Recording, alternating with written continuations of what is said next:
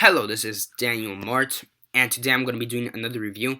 This time around, I'm going to be doing a review for episode 5 of season 2 of Gotham, Scarification. So yeah, I know I've kind of been a bit lax about TV show reviews or reviews in general, videos in general, in the past 1 or 2 months. School happens. I have internship now. Give me a break. It's difficult, but with Thanksgiving weekend coming around, I would be able to do more reviews, hopefully TV show reviews, because those are the ones I'm really backed up on. Because really, when it comes to movie reviews, I'm only backed up on one, which is Spectre. So yeah, but when it comes to TV show reviews, that's the one I need to hurry on, because I'm backed up on Gotham, The Flash, Arrow, iZombies. I haven't even done a review for iZombie. So fuck that. Z Nation, Supergirl, and I'm already backed up on The Walking Dead, whatever, by 1 or 2 episodes already. I've watched the episodes, I just haven't reviewed them. However, when it comes to Flash, Arrow, iZombie, Z Nation, and Gotham, yeah, I need to watch a lot of episodes as well. So again, Thanksgiving weekend. Thank you. 10-second spoiler warning as usual for those who have yet to actually watch this episode and haven't already. Stop the video, go check it out, and come back and watch the rest of this review. Again, it's episode 5, season 2, Gotham, Scarification. For those who have yet to actually watch it, stop the video, go check it out, and come back here and watch the rest of this review. 10-second spoiler warning as usual, starting now.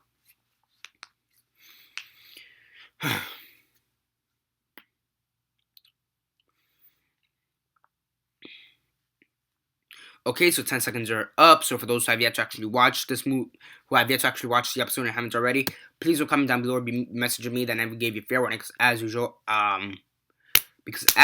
I do. Wait, that came out wrong. Yeah, don't comment down below or be messaging me. That I never give you fair spoiler warning, because as usual, I do. Yeah.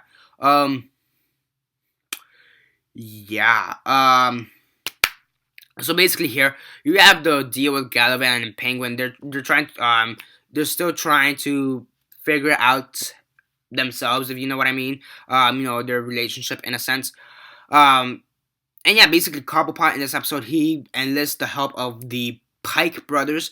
I think we kind of saw a bit of them in the previous episode, but in this episode where they kind of go full force, like they kind of hint at it in the previous episode, but here they kind of go full force. And basically the Pike brothers, what they need to do is get a knife that is somehow related to Galavan's past.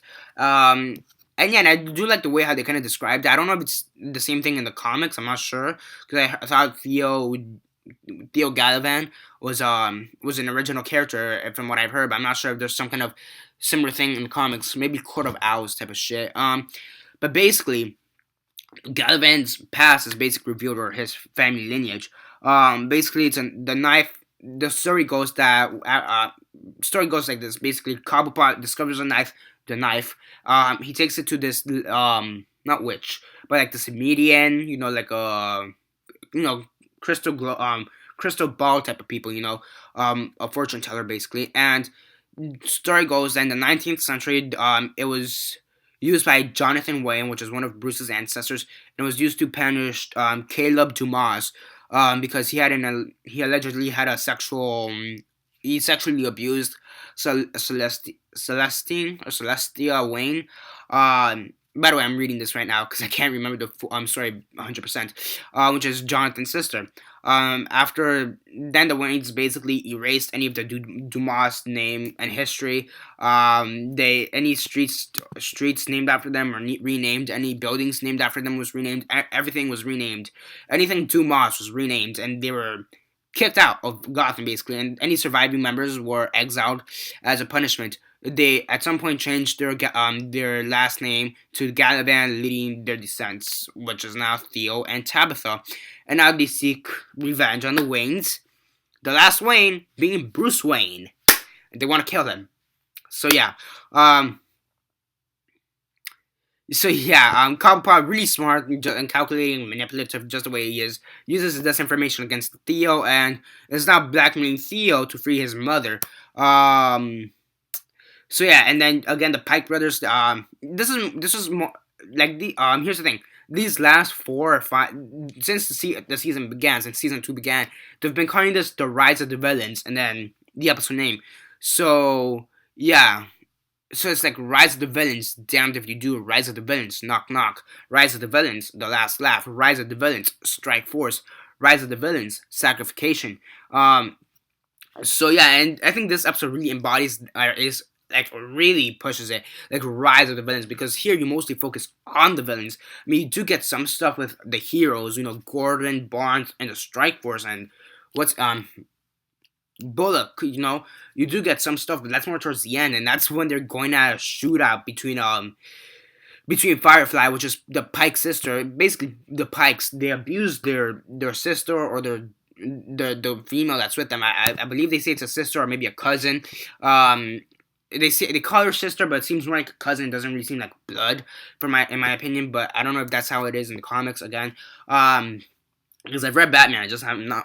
No, I haven't read everything Batman. So whatever, the Pikes, they get their sister, cousin, their female basically, that's with them, that they basically treat like shit, and force her to do all this stuff to rob the knife, rob everything else, and get whatever they need. And that was interesting. The introduction of Firefly, that was interesting. Throughout the chaos, well, she was kind of confused because she's never done this before. She accidentally murders one of the Strike Force members.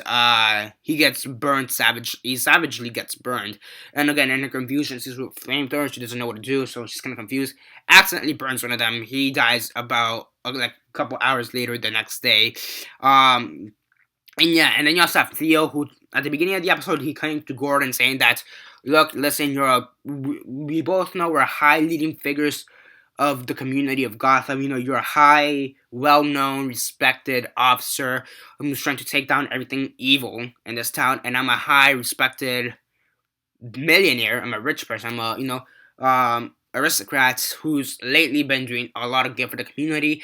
I'm kind of running for mayor right now. Can you support me, help me help you type of situation? And at first Gordon's like, I don't like getting into politics. Can I think about it first?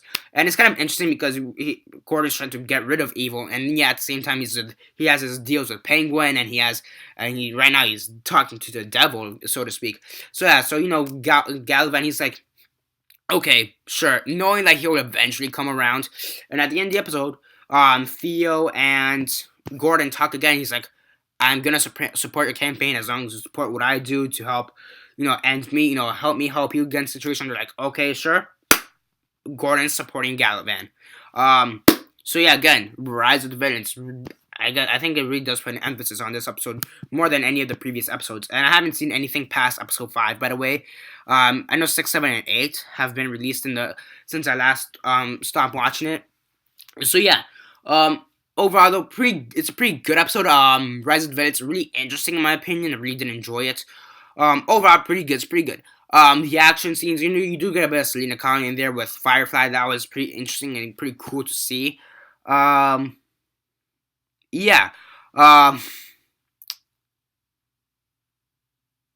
Yeah, I mean,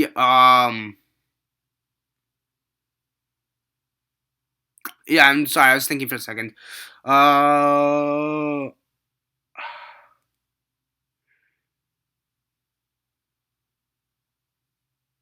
yeah, sorry, I was thinking, like, because what's interesting too is, like, you have, at some point, Penguin's like, the best way, yeah, and now I'm putting it into words, the best way to get to Theo, like, because here's the way, Cobblepot manipulative, we know that. So the way he's manipulating Theo, aside from blackmailing him, is by saying that, but he cuts off Butch's arm. That was like shit. Like, Butch isn't that big of a character to begin with. Like, he's been there since episode 1, but he's never really been a huge character. He's been like not like a T-Dog kind of character, He's always been there. We know of him, but he's never had really anything important to do. He's of a bodyguard. So yeah. So Cobblepot basically cuts off his arm as part of this blackmailing deal, tells him to go to Galavan, explain his story, and everything sort of falling into place. Galavan takes the bait, apparently. Again, I haven't seen anything past episode 5. So yeah, I mean, overall, really good episode. On a scale of 1 to 10, 1 being the worst, 10 being the best, and 6 being decent, I give it a 7 out of 10. It's a pretty good episode. I do feel like there's a bit, if they would have added a bit more of the hero aspect to the show or the episode, I think it would have been benefited a bit more. But overall, still a pretty good episode. And yeah, that's basically it for this review. Subscribe if you're not already subscribed. I do movie reviews, TV show reviews, and comic book reviews. Comment down below on your thoughts on the episode. Have you seen it? And if not, why not? And if you have, what are your thoughts on it? Comment all that down below. Let me know. Like the video, share on Facebook, Twitter, MySpace, or whatever you guys prefer. And that's basically it for now. This is Daniel Mart signing off.